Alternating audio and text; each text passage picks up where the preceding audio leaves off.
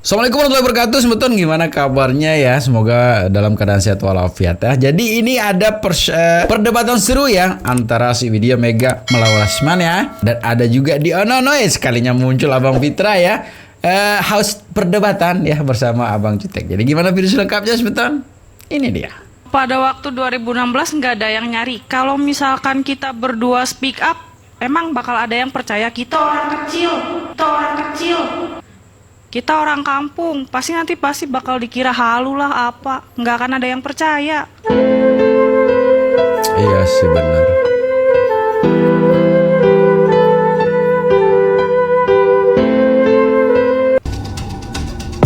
Apa salahnya, pertanyaan saya ini, apa salahnya ketika Mega dan Widi itu kemudian muncul sekarang bukan 2016? Ya, karena maaf ya, saya dalam rangka presumption of innocence. Ya. Kenapa? Karena saya pikir Mega dan Widi ini, dia sudah tahu bahwa saat ini kecenderungan opini publik itu menguntungkan orang-orang yang dalam tanda kutip mencabut keterangannya. Ke situ logika berpikir saya dan saya. Kalau dulu nggak pede gitu, misalnya. Kalau dulu mereka tidak pede gitu, mereka tidak pede. Maka setiap orang yang menyampaikan statement dalam sebuah kasus yang terjadi yang kita sebut dengan due process of law, maka orang itu harus bisa memberi alasan. Satu, kenapa 2016 tidak speak up, kenapa hari ini speak up? Oke, saya tanyakan sebentar. Motivasinya. Gitu. Baik, sebentar Bung Rasman, saya tanya langsung pada Mega Widi. Iya. Anda mau jawab soal itu, pertanyaan Bung Rasman silakan. Mega dulu boleh, habis itu Widi. Pada waktu 2016 nggak ada yang nyari. Kalau misalkan kita berdua speak up, emang bakal ada yang percaya kita orang kecil, kita orang kampung, pasti bakal dikira halu lah apa, nggak akan ada yang percaya. Iya. Tapi tahu bahwa ada percakapan itu, ada transkripnya? Nggak tahu. Oke, Widi silakan. Kalau dari 2016 ada yang nyari saya sama si Mega, saya bakal adepin kayak sekarang ini. Hari itu juga Anda Ya. datang ke pengadilan atau kantor polisi untuk memberikan keterangan? Ya, Mega? Oke, Ya, sekarang hadir. saya boleh Siap. tanya nggak? Boleh saya tanya nggak? Silakan Bung Rasman. Boleh ya? Oke, Boleh. Mega dan Widi. Oke, kalau begitu alasan kalian berdua karena tidak dinilai nanti keterangannya karena dianggap orang biasa. Pertanyaan saya ingin jujur ya, walaupun saya tahu sebelumnya, siapa sesungguhnya yang menyuruh kalian speak up? Tidak ada yang nyuruh saya sama si Mega untuk speak up karena saya punya hati nurani, saya ingin membantu apa yang Ini saya sudah bisa. berbeda. Ini sudah berbeda lagi Sebentar, keterangan Mega. kalian. Sebentar, Bung Rasman. Kalau Mega, jawabannya apa? Siapa yang menyuruh? nggak ada yang nyuruh. Saya cuma memberikan kesaksian apa yang saya tahu, apa yang saya alami saja. Keren. Oke, sekarang saya jawab. Oke, Keren. silakan. Saya masih ingat beberapa waktu yang lalu, kalau nggak salah sebulan yang lalu, saya di studio, rekan saya Mukhtar Effendi dengan Widi dan Mega di Cirebon. Mereka mengatakan berkomunikasi dengan ahli forensik, yaitu Bapak Reza Indragiri. Di sini saja keterangannya sudah berbeda. Saya masih ingat. Maksudnya, Karena itu saya katakan. Jangan ngadu. Iya. Nah, mereka waktu itu kan berkomunikasi dengan Pak Reza Indragiri selaku ahli digital forensik. Kenapa Anda tidak mengatakan itu? Lalu Gini, kemudian, saudara Gini. Erwin, sebentar. Kemudian, saudara Erwin Partogi yang mantan komisioner LPSK ikut menjadi pengacara Saka Tatal membuka apa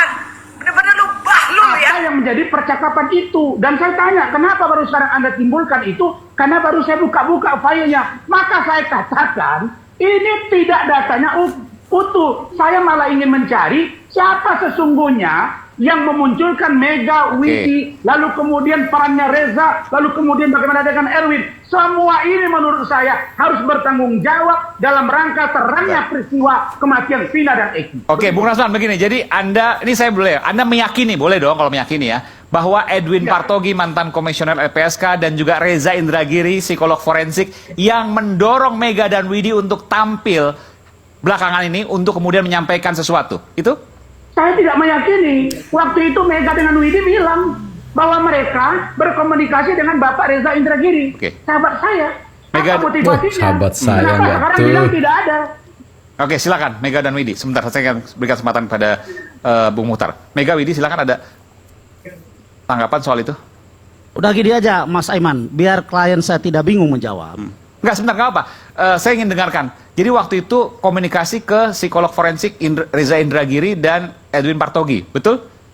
Tidak sama sekali, dan saya bertanya kepada Pak Reza, dapat nomor saya sekarang dari mana? Dan itu tidak ada jawaban. Nggak ada Pak jawaban. Reza. Saya juga aneh, Ini ujuk-ujuk datang ke Nggak rumah Pak boleh, Reza. nggak boleh begitu. Saya masih dengar, saya suruh Oke. buka rekamannya deh. Udah gini Sudah aja, dijawab, saya sudah jawab aja dijawab. Mas Aiman Rasman, lagi. silakan. Jangan terlalu mendesak klien saya. Ya, sudah dijawab Bung Rasman. Jadi silakan. beginilah, betul memang saya, Widi dan Mega ada komunikasi dengan Pak Reza. Tetapi hubungannya bahwa mereka ini harus didampingi oleh seorang pengacara. Ya. Itulah komunikasi yang kami bangun secara intens. Jadi bukan berarti bahwa Pak Reza yang harus mendorong mereka Ya. muncul ke permukaan. Kan gitu. Nah, sekarang yang saya bilang, Pak Reza ada semacam kewenangan apa dia mendorong mereka untuk muncul ke permukaan, Ya, kan begitu? betul. Jadi menurut saya mari kita nggak usah terlalu melebar kemana-mana lah ya.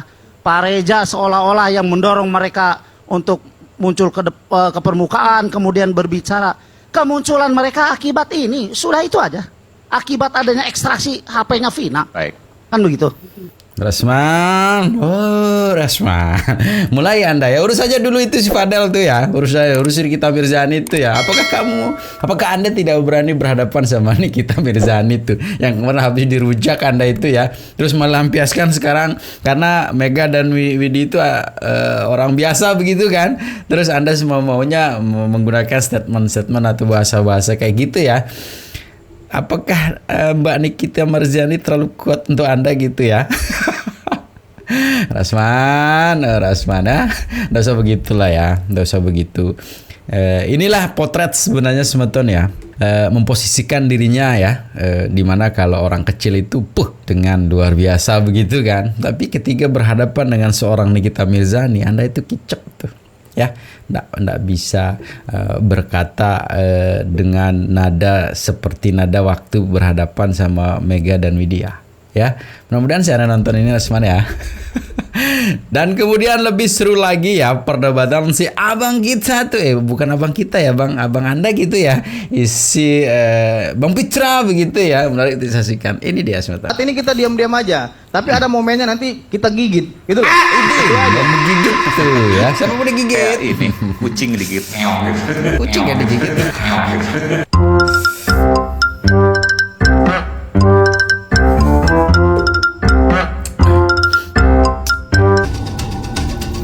Ya. Bagi saya ini adalah data yang penting sekali. Ya. Tadi dikatakan bahwa sebelum meninggal, saya nggak bilang kecelakaan lah, karena ada kecelakaan, ada pembunuhan.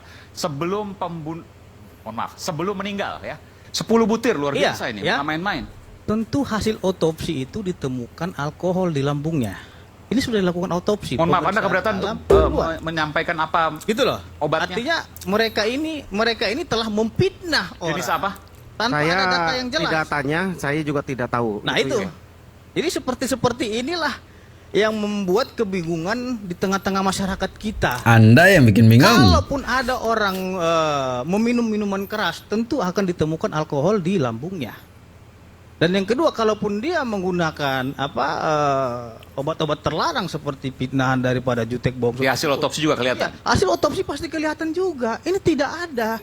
Oke. Gitu loh. Ini data bagus. Bung Jutek, apa yang terjadi dengan otopsi? Karena Hati-hati 10 Bung Jutek butir Bongso. dan Makanya saya minuman peringatkan keras. Jutek Bongso untuk menjunjung asas praduga tidak bersalah. Anda telah memfitnah orang yang telah mati dan meninggal dunia. Sekali lagi, Bung Pitra ya. Kita Bukan, ini artinya kalaupun informasinya belum akurat, tolong. ini jangan di bawah disampaikan sumpah, kepada- Saudara Pitra. Walaupun di bawah sumpah, Dia ngomong. saudara kan sudah melihat hasil otopsi. Anda Ya, percaya kepada Giliran Anda dia dong? itu dia tidak peduli dengan bawah sumpah ya. Itu, Anda Waduh, menyampaikannya kabar Pitra. bohong. Artinya kabar yang ragu-ragu itu tidak benar. Kalaupun seumpamanya di dalam hasil otopsi hasil pemeriksaan kemarin itu pasti ditemukan alkohol di lambungnya. Giliran Anda dia ini di bawah mengada-ngada sumpah. Itu aja sudah di gitu bawah loh. sumpah. Mas Aiman. Kita lah, kita Ya, benar-benar aja. jadi itu yang saya sampaikan kan tadi ditanya ya apa saja fakta yang ada di persidangan saya Karena sampaikan. saya tidak pernah menyerang Gitu klien ya. saudara, ya. Tapi saudara ini telah menyerang klien saya dengan membuat berita-berita tidak benar, fitnah. Saya minta saudara mencabut keterangan saudara. Saya sampaikan berdasarkan fakta persidangan ya Mas Aiman sekali lagi. Ya. Bagaimana kalau saya bertindak, saya bilang kata si ini kau begini.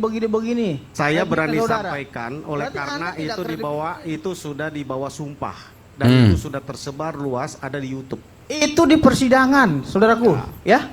Dan itu setelah kita proses. Jadi kalaupun sumpamanya ada yang sedang berada kita proses, hormati proses hukum yang kita lakukan juga. Silakan aja nggak apa-apa. Jangan Anda membuat Laporkan saja. pembinaan yang Silakan lain. aja, silakan. Gitu loh. Laporkan saja. Artinya Anda meyakini bahwa Sudah kita laporkan, hari Kamis kita diperiksa. Ya. Ya, Artinya jadi begini, artinya- sampaikan aja kepada klien saudara. Udah kita proses semua.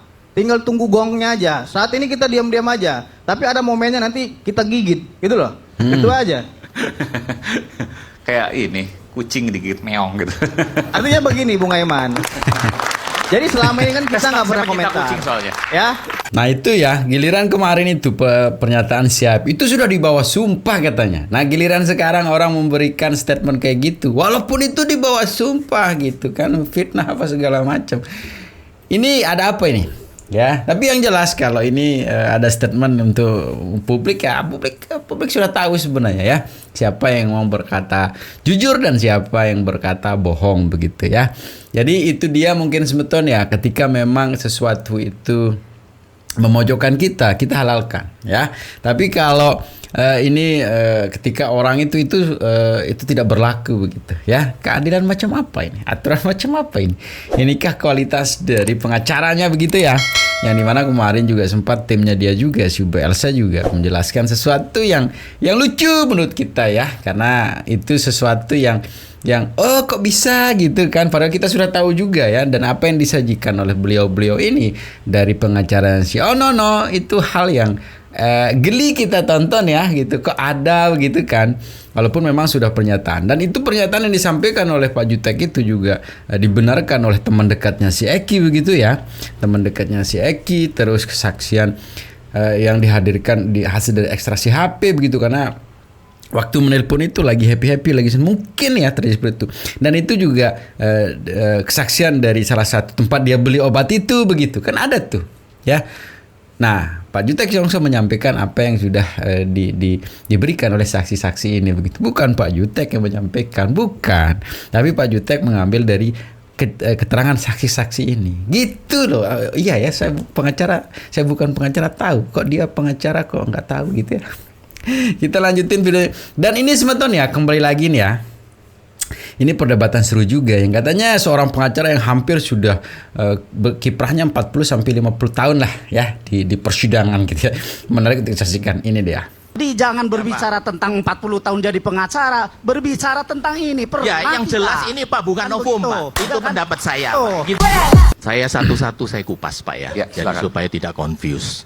Pertama Pak, saya hanya bisa memberikan suatu pandangan hukum. Apa yang disebut oleh rekan Jutek, di mana keterangan saksi ahli di bawah sumpah itu sama dengan keputusan. Saya rasa itu perlu belajar dulu hukum ya Pak ya. Keterangan saksi di bawah sumpah tidak ada nilainya Pak jika tidak dipertimbangkan oleh majelis setuju. hakim. Itu harus kita ketahuin Pak. Hakim itu tidak semata-mata dipengaruhi oleh saksi ahli. Setuju. Mau 1000 saksi ahli pun diajukan Pak. Kalau hakim tidak yakin, itu sama dengan nol. Jadi tidak ada artinya Pak keterangan saksi di bawah sumpah dianggap itu adalah sesuatu keputusan, hanya belum diputus. Tidak mungkin Pak hakim itu semata-mata memutuskan hanya berdasarkan keterangan saksi ahli. Kalau begitu Pak, semua orang itu bisa bebas Pak. Saya bisa beli saksi dengan bayar berapapun. Nah, itu yang dilakukan di dengan sebelah sumpah ya sana. sumpah. Namanya susu sama Meli, sampah Pak. Saya tanggapi Gitu Pak. Nanti saya bicarakan Bukan, dulu Pak maksud ya. saya enggak, supaya saya sampaikan dulu Pak, bahwa itu saya tidak pernah punya statement mengatakan kesaksian ahli di bawah sumpah itu disamakan dengan putusan Bapak. Tadi itu saya catat di sini Pak. Dari Putar balik pembicaraan aja. apapun nanti saya bicara di sini. Terus kedua Pak ya, saya kasih ketahui Pak, apa yang disebut sebagai novum Pak? Berkas atau bukti apapun atau keterangan saksi di dalam berkas itu tidak bisa lagi dianggap sebagai novum, Pak. Itu titik, Pak. Oh, karena Jadi ini sudah meskipun tidak dipertimbangkan Oke. karena hakim punya alasan tidak mempertimbangkan. Tapi Pak. sudah dilampirkan dalam putusan, tidak bisa lagi jadi novum. Dalam berkas, Pak. Sudah dalam Oke. berkas tidak bisa disebut sebagai novum. Pak, itu Pak pengalaman saya sebagai praktisi hukum, Pak. Saya sudah 40 tahun lebih, Pak. 40 itu tahun ya. begitu semua, Pak, putusannya. Mohon maaf Pak Pedri, mohon maaf sebentar. Kalau saja ini sudah dijadikan bukti di dalam persidangan, saya Ini setuju. tidak bisa dijadikan Saya bukti sepakat karena dengan Pak hakim itu Pedri. tidak Tapi mempertimbangkan, ini kan Pak. belum pernah dimunculkan. Bukan belum pernah, tapi ada dalam berkas kan, Pak? Ada berkas, Tadi tapi dikatakan tidak dalam pernah berkas. dimunculkan. Soal dimunculkan itu adalah kelalaian atau dalam hal ini ketidakmampuan Aduh. daripada PH. Terkait Aduh, kelalaian pengajaran atau 40 tahun. ketidakmampuan daripada PH. Ya, tidak bisa alat digunakan bukti yang sebagai- belum pernah dimunculkan di dalam Tidak bisa, persidangan. Pak. Alat bukti Nah, yang itulah baru, yang Pak. hukum. Yang baru, Begitu. Pak. Coba kita lihat, Pak, ya, belajar daripada hukum. Jadi jangan berbicara tentang 40 tahun jadi pengacara, berbicara tentang ini. Ya, yang jelas ini, Pak, bukan novum, Pak. Itu pendapat saya. Gitu, Pak, Pendapatnya ya. ternyata Ketiga, ya. Pak. Pendapatnya itu hakim 40 tahun, jaksa pengacara apa itu ya 40 tahun tuh ya. Jadi itu dia ya saya sampaikan tadi bahwa ketika memang itu akan memojokkan kita itu mental semua gitu. Itu tidak berlaku. Tapi ketika itu untuk kepentingan kita itu harus itu kita ikuti. Di bawah sumpah itu merupakan suatu keputusan kayak gitulah ya. Lucu ya. Atau mungkin saya sebut ini, oh iya kemarin disebut bahwa pengacara-pengacara memang pengacara gratisan. Ya, yang tidak dibayar katanya ya. Dan kalau saya sebut sih sepertinya pengacara-pengacara kayak gini pengacara yang kurang job mungkin ya. Karena kengelan tidak ada yang pilih dia gitu ya. Tapi dia sebetulnya jangan cepat termakan hoak ya, selalu jaga persatuan, kesatuan serta persaudaraan kita dan jangan nakal ya, karena sedikit nakal nanti bisa berakibat fatal ya. Jadi segitu aja video sebetulnya. Assalamualaikum warahmatullahi wabarakatuh.